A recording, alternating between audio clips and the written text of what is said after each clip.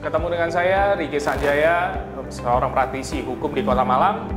Di kesempatan kali ini kita akan membahas secara umum soal wasiat nih sob, ya kan?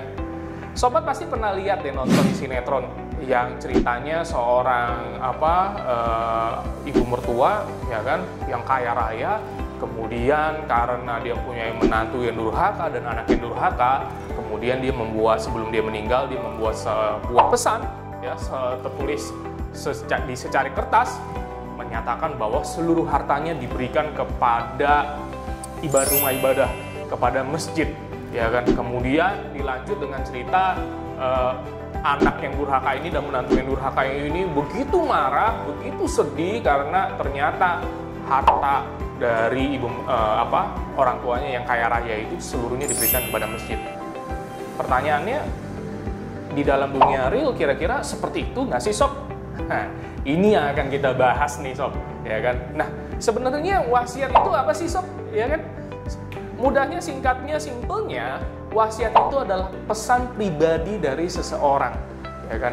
Kalau misalnya di dalam hukum Indonesia itu biasa mengenai umumnya ya sob, yang paling terkenal itu adalah wasiat secara perdata dan wasiat secara Islam sob, ya kan. Kalau ada juga wasiat secara adat, namun itu jarang dilakukan oleh masyarakat umum seperti kita.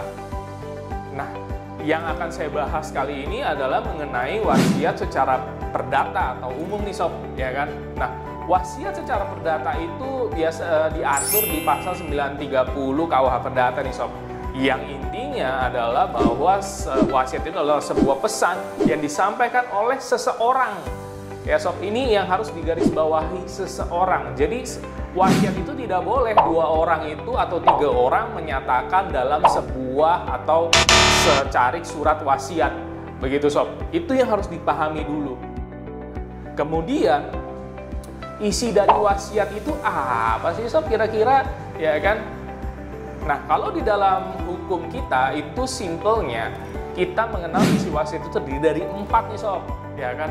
Apa aja sih 4 itu? Nah, yang pertama yaitu adalah pencabutan wasiat yang lama sob. Jadi kalau ternyata sobat pernah buat wasiat di masa lalu, ketika mau buat wasiat lagi, sobat harus menyatakan bahwa wasiat yang sudah dibuat sebelumnya itu tidak berlaku sob.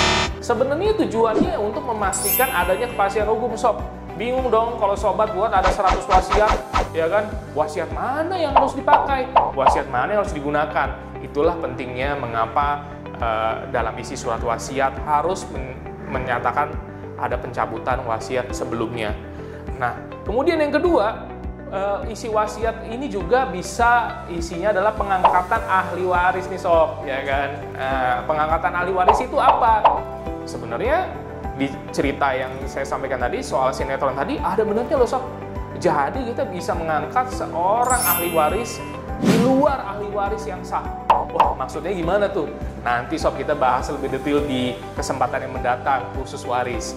Nah, untuk pengangkatan ahli waris ini, dengan wasiat kita bisa mengangkat orang lain sob, ya kan, tetangga kita, saudara jauh kita, saudara tiri, atau misalnya simpanan, ya mungkin terserah sobat, ya. Jadi tapi itu bisa dilakukan dengan wasiat, ya kan. Kemudian ketiga sob, yang biasa isinya dari wasiat itu adalah kita bisa bilang sebutnya hibah wasiat sob, ya kan. Hibah wasiat apa tuh? Apa dibandingkan dengan wasiat biasanya? Nah, kalau di dalam hibah wasiat sob, biasanya mengkhususkan adanya barang atau benda. Simpelnya benda sob, ya.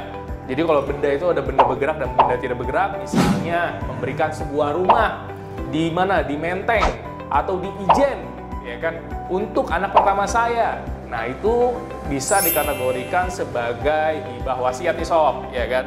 Nah, yang terakhir itu adalah pengangkatan pelaksanaan wasiat sob. Nah, pengangkatan pelaksanaan wasiat ini maksudnya apa? Nah, jadi di dalam surat wasiat biasanya ada seorang yang disebut namanya pelaksana wasiat sob. Jadi misalnya sobat membuat wasiat, kemudian ternyata sobat meninggal, biasa ada seseorang yang dipercaya untuk melaksanakan wasiat yang sudah sobat buat. Ya kan, kalau misalnya sobat buat hanya tanpa pelaksana wasiat, bisa nggak sih? Jawabannya bisa juga, ya kan? Kalau misalnya sobat di dalam wasiat tidak mengangkat pelaksana wasiat, maka pelaksana wasiat tersebut adalah ahli waris yang sah. Tapi bisa nggak mengangkat pelaksana wasiat di luar ahli waris yang sah? Bisa juga, ya kan? Banyak dalam praktek pelaksana wasiat itu adalah lawyer pribadi dari si pembuat wasiat. Kira-kira itu sob. Nah kemudian yang terakhir, kira-kira bisa nggak sih buat wasiat itu hanya secara kertas saja ditulis, atau bahasa lisan, atau bahasa yang lain? Jawabannya bisa sob. Tapi saya kurang rekomendasi nih buat sobat. Saran saya ketika pembuatan wasiat itu lebih baik melalui notaris saja deh sob, ya kan? Melalui akte notaris dengan akte wasiat yang kemudian nanti akan notaris daftarkan kepada Kementerian Hukum dan HAM, sehingga wasiat yang sobat buat mempunyai suatu kepastian hukum dan juga mempunyai kedudukan hukum yang jelas, ya kan? Jadi kira-kira secara in general seperti itu sob, pembahasan kita soal wasiat. Sebenarnya wasiat itu masih banyak sob, masih banyak jenisnya, ya kan? Dan kemudian kira-kira wasiat akan memengaruhi waris, pembagian waris atau tidak, nanti kita akan bahas di dalam kesempatan selanjutnya nih sob. Sobat harus makanya subscribe di infonotaris.id. Sekian sobat, kesimpulannya wasiat itu adalah sebuah pesan yang dibuat oleh seseorang yang biasanya akan berlaku pada saat seseorang itu telah meninggal, ya kan? Kemudian kedua adalah lebih baik wasiat itu dibuat pada seorang notaris, dibuatkan dengan akte notaril yang kemudian yang akan didaftarkan oleh notaris kepada Kementerian Hukum dan HAM, sehingga wasiat yang sobat buat itu bisa mempunyai kedudukan dan kepastian hukum yang sah. Kira-kira seperti itu sob. Ketemu lagi nanti di kesempatan mendatang. Saya Ricky Sanjaya pamit. Jangan lupa subscribe infonotaris.id.